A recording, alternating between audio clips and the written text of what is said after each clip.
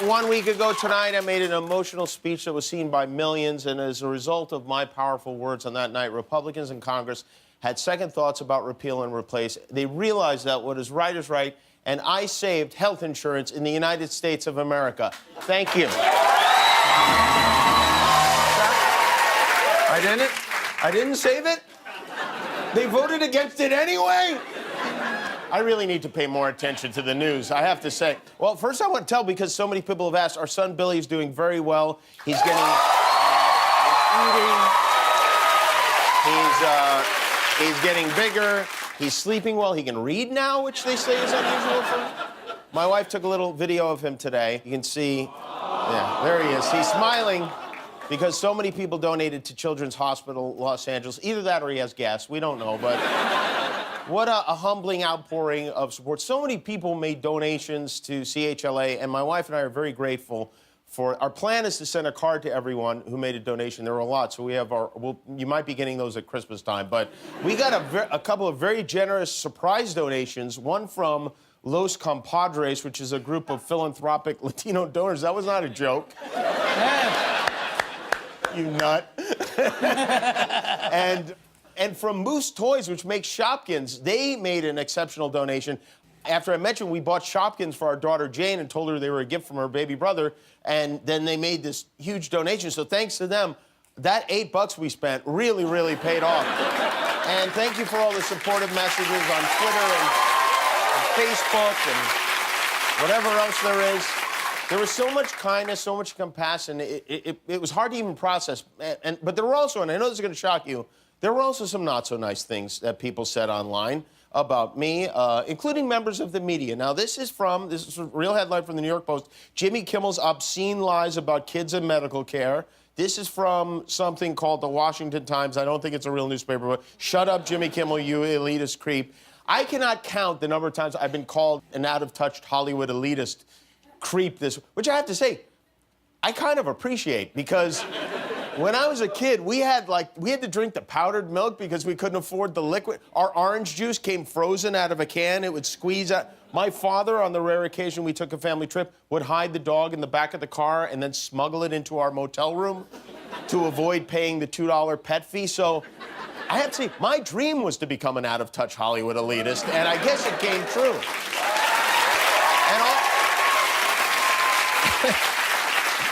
It's so crazy to hear something. And I would like to apologize for saying that children in America should have health care. It was insensitive. It was offensive, and I hope you can find it in your heart to forgive me. There are some very sick and sad people out there. Here's one of them. His name is Newt Gingrich. He's the former Speaker of the House. If you show up at a hospital with a brand new baby and the brand new baby has a heart problem, the doctors at that hospital do everything they can to save the baby. They don't say, we'll take care of the baby right after you write a check. They try to save the baby's life. And that's true across the board in this country. Yes, it is true that if you have an emergency, they will do an operation, and that's terrific if your baby's health problems are all solved during that one visit. The only problem is that never, ever happens. We've had a dozen doctor's appointments since our son had surgery. You've got a cardiologist, a pediatrician, surgeon. Some kids need an ambulance to transport them. That doesn't even count the parents who have to miss work for all this stuff. Those details Newt forgot to mention. I don't know if the double layers of Spanx are restricting the blood flow to his brain, but... And not only is Newt Gingrich an expert on sick children, turns out he also knows a thing or two about the late-night comedy business. The problem you have with humor in America today... Okay, yes. Please tell us the problem we have with humor in America today. The problem you have with humor in America today is that Hollywood is so enraged at Donald Trump that they can't be funny. All they've got is pure anger. And that's what's coming out in this stuff. And then they think it must be funny because they're called comedians, so they exhibit their anger as almost a pathology on late-night television, and you're supposed to laugh because, after all, they're comedians. They ain't funny because they're too angry to be funny. Gee, I wonder why we're so angry. Maybe it has something to do with, I don't know, you? Listen, I don't want to... Newt Gingrich does know a lot about comedy. This is the guy who helped lead the impeachment effort against Bill Clinton for trying to cover up his affair while he was having an affair. That's hilarious. Come on, that's whatever you want to say about him. Thank you, Newt. There's a reason he's named after a lizard, and that was it. I think it's important to remind everyone that this is Donald Trump's doctor, okay? This is who he chose to handle his health care. Of all the doctors in New York, he picked the one who looks like the guy you'd buy peyote from at Burning Man. It's all so cartoonish. Maybe the worst person of all is a congressman named Raul Labrador from Idaho. This is from a town hall meeting in Lewiston, Idaho. This is something he actually said.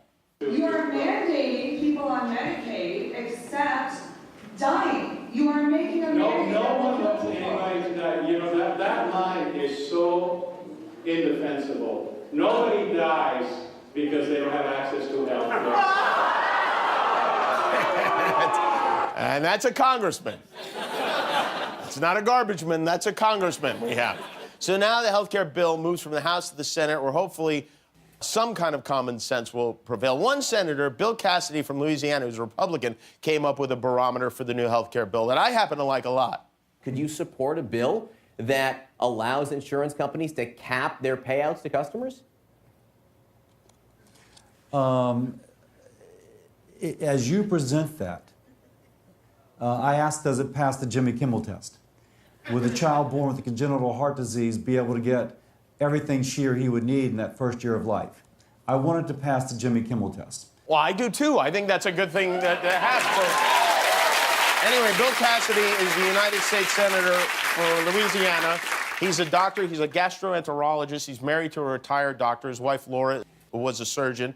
And he co-founded the Greater Baton Rouge Community Clinic, which provides free dental care and health care to the working uninsured. So obviously this is someone who cares about people's health, and we asked him to join us tonight, and he's with us. Thank you for taking time for us, Senator Cassidy.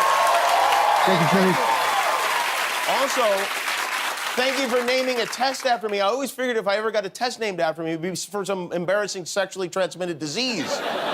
But Don't go there, Jimmy. So much better.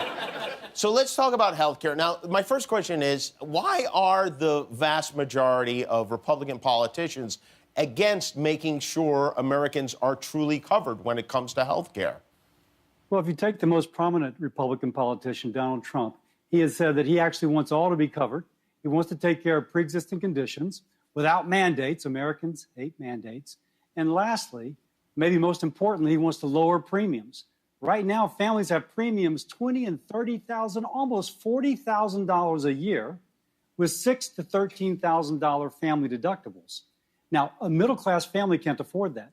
We have got to have insurance that passes the Jimmy Kimmel test, but a middle-class family can no longer afford.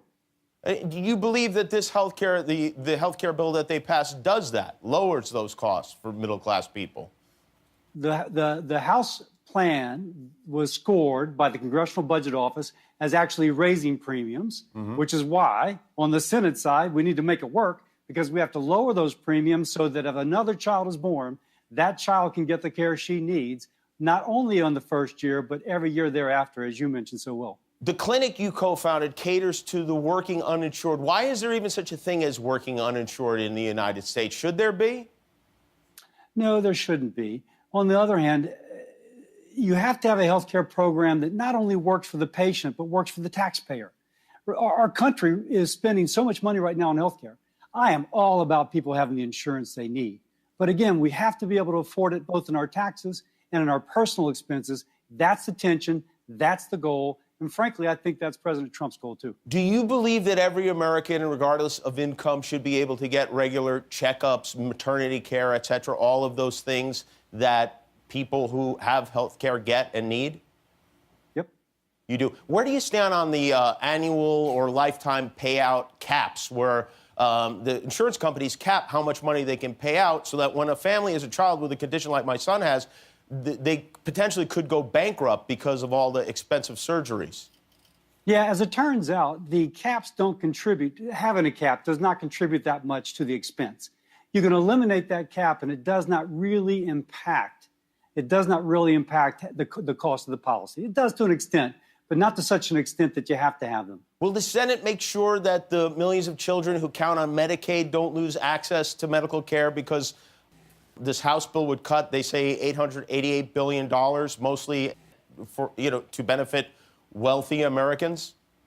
Let me first answer your question technically. then more broadly, and then more broadly yet. Most children are covered under the CHIP program, and so they are going to get the coverage they need. That's almost independent from Medicaid. Under Medicaid itself, though, clearly, if we're going to fulfill President Trump's kind of contract with the American people, that people would maintain their coverage, Medicaid will be a part of that. From my perspective, I'd rather Medicaid change into something that works more for the patient as opposed to the state or the institution, which too often takes the money and doesn't give it to the patient for their care. And then most broadly, we will get there if the American people call their senator. And if they call their senator who's a Democrat, say, listen, don't just sit on the sidelines, engage. Don't wait to be called. You call. Call your Republican senator. Say, we got to fulfill President Trump's contract, lowering premiums with coverage that passes the Jimmy Kimmel test. If we do that, we get an American plan. Not Democrat, not Republican, an American plan, and that's where we need to be. Senator, since you mentioned this test, since I am Jimmy Kimmel, I would like to make a suggestion as to what the Jimmy Kimmel test should be. I'll keep it simple.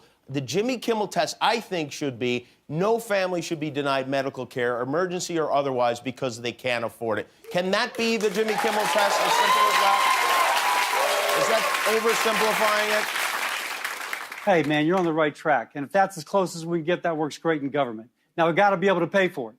And that's the challenge. So all those middle-class families right now paying $20,000 to $30,000 to $40,000 a year for their coverage, we have to make it affordable for them, too.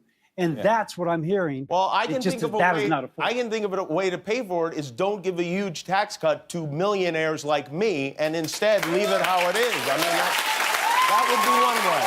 That's my vote. Tell the American people to call their senator and endorse that concept. I think, well, that's a good plan. Thank you, Senator. I trust that you will keep your word and do whatever you can to make sure those who need help are able to get it. That's Senator Bill Cassidy from Louisiana. Thanks for watching. If you like that, subscribe to our YouTube channel for all the latest videos. And if you didn't, subscribe anyway. It's free. Who cares?